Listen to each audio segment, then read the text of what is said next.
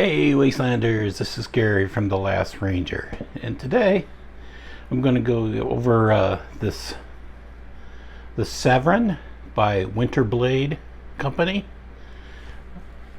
This is all known from the Apex pass round, and if you don't mind leaving a thumbs up, that would be much appreciated. If you're not familiar, I do Instagram post too. This is Instagram. I'm known as Last Ranger 1965 at Instagram. And let's get on with the review of this knife. So, like I said, this is the Severn by Winterblade Co. And the knife he come out with called a Factor. Oop, hit the table. This is the Severn. I think that's how you pronounce it. This is I believe this is his second knife design. Overall, this is like a larger version than the Factor. I believe this is the handle is 4.5 inches long. So I have big hands, not huge hands, but big hands, and you can see there's a little bit extra of handle. The blade length is 3.25 inches. The edge, the cutting edge, is 2.75 inches. So it has a extra large choil. You can see you could choke up on that. Very large. Because it has such a big handle.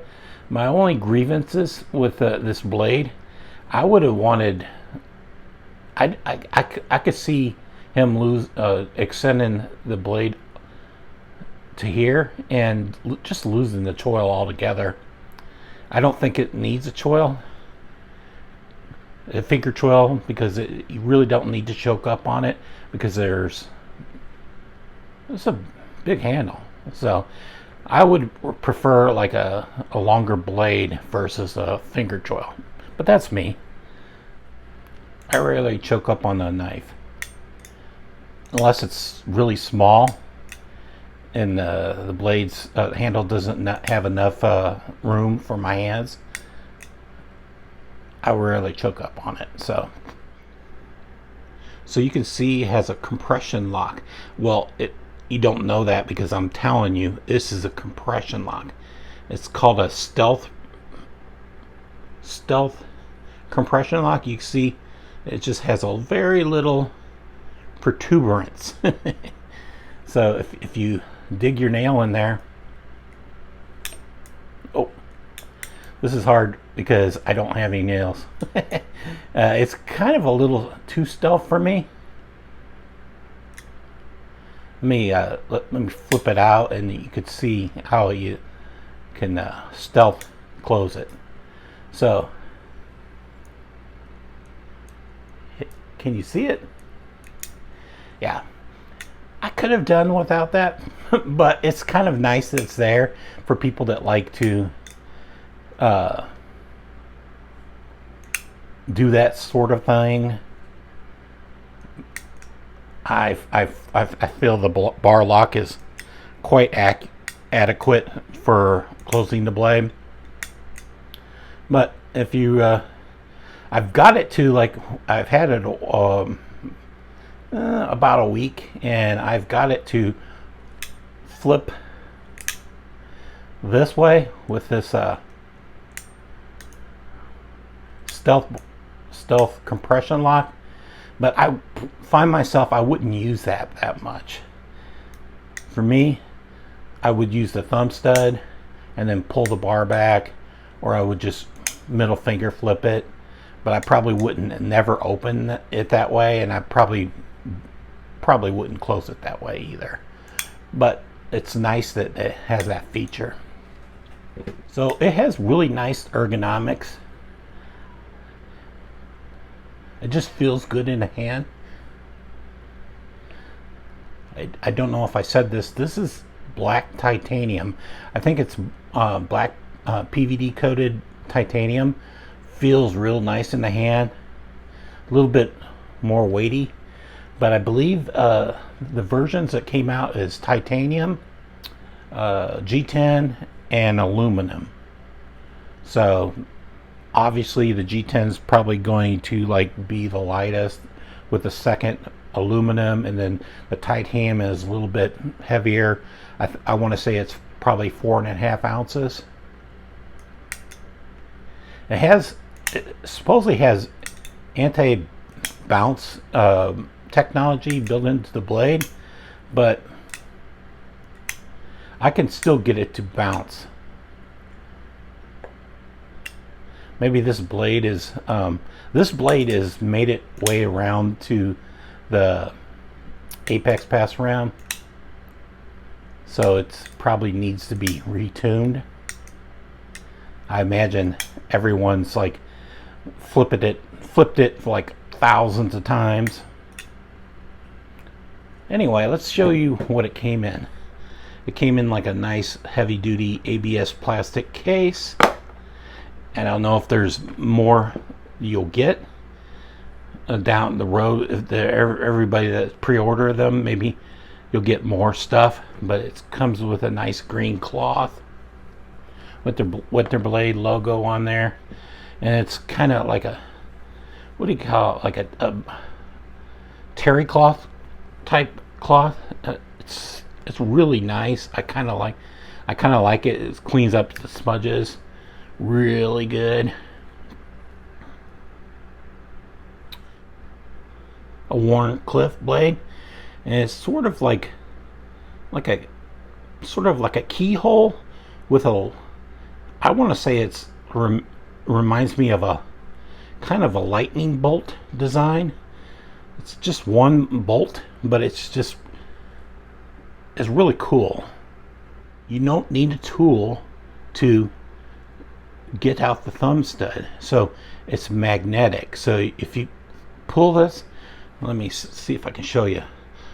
The screw protrudes a little bit, and if you like push on it, you can see that screw. Yeah, if I had nails. Alright, so yeah, I easily remove this thumb stud. So it's ambidextrous, so this clip can be on right or left. This thumb stud could be on right or left too, so you could change it over to here, so you can see it's magnetic, and you could just line up the hole and throw it through the hole and turn it into a lefty friendly, or just go without the thumb stud. You know, like if you never use the thumb stud, you just always spidey flick it, you could just disassemble the thumb stud and just put it back in the box for safe storage. I think that's really cool.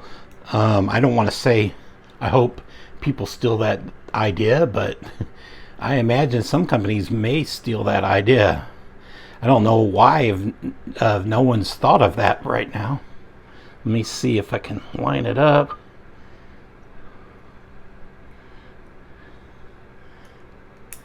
Yep.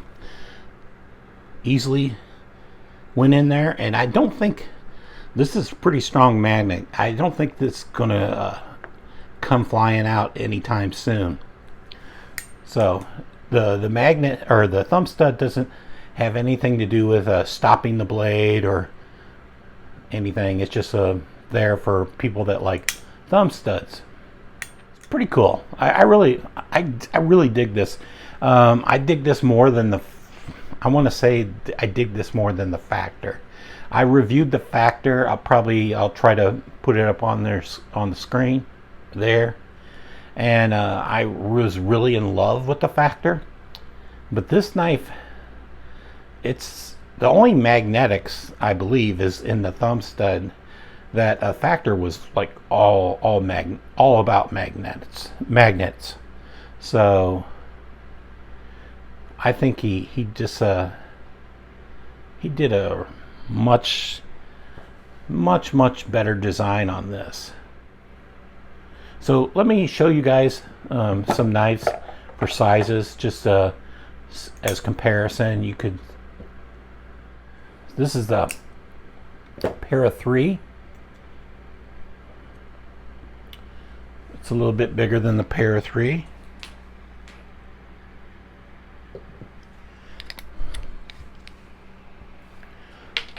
Let me bring out my favorite, the Sparrow Strix.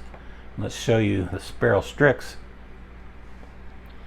It's about the same size as the Sparrow Strix. Almost kind of design shape of the blade. And let's bring out a little one. This is the CJRB, that's hard to say, CJRB mini pyrite.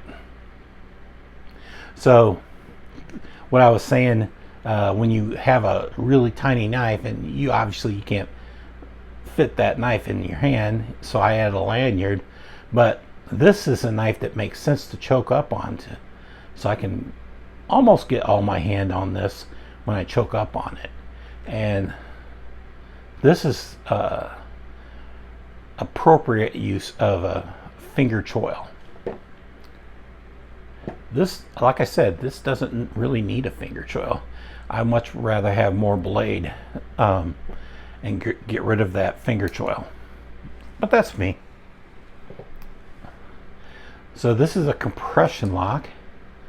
You can see that closes it, but I mean, I don't think anybody uses the compression lock on Spyderco to open it, because, well, unless I'm not good, yeah. It's kind of odd to open it that way, even this way. It's kind of odd. So let me see if I can open it. Well, I guess it opens better. It's like it doesn't bounce like you saw with the Para 3. Anyway, Warrior Nano. Magnets. Anyway, you can see how it compares to an Olight. And this is an Arkfeld. Let me put it on the other side. So it's about the same size as an Arkfeld Olight. Let's if you want to see it open compared to it.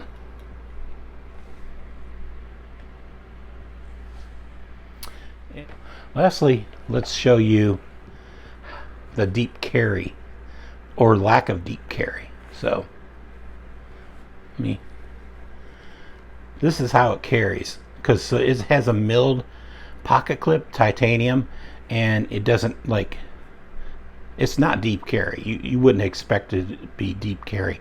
And I prefer sometimes a milled pocket clip over a deep carry clip, or any kind of clip, but I really like a milled clip. So you can see how it would fit in the pocket, or sit in the pocket, how it would stick out. I really enjoyed it, carrying it.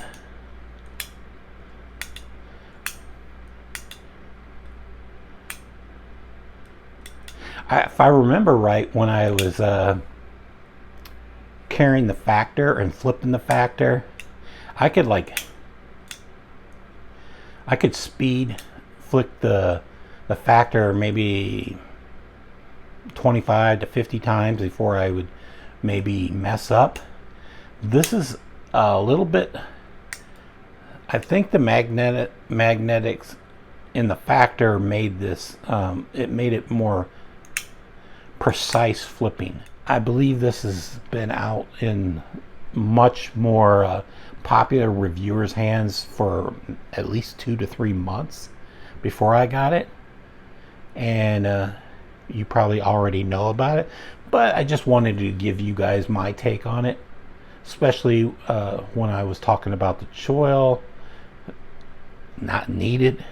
And I thought the thumb stud, easily removable thumb stud with no tools, was a really good feature. I really like this this feature. This compression lock, I could take it or leave it. but I'm glad that he did it, because I like it, but I could, as I said, I could take it or leave it. I've never experienced a shark lock. That's kind of what it reminds me of. Yeah. The lockup is really astounding when it feels like super solid. It feels really solid locked up. Spine whacked the shit out of it. You can see it's still straight on. Hopefully you can see it perfectly straight, centered. Really nice knife. Kind of wished I've got in on the pre-orders of this. I believe batch 2 is probably coming out really soon. I didn't get in the pre-order stage of this. I knew about it, but I still didn't get it. It's kind of out of my price range. I believe this is $345 to $350. Just this one. This is a M390 blade steel.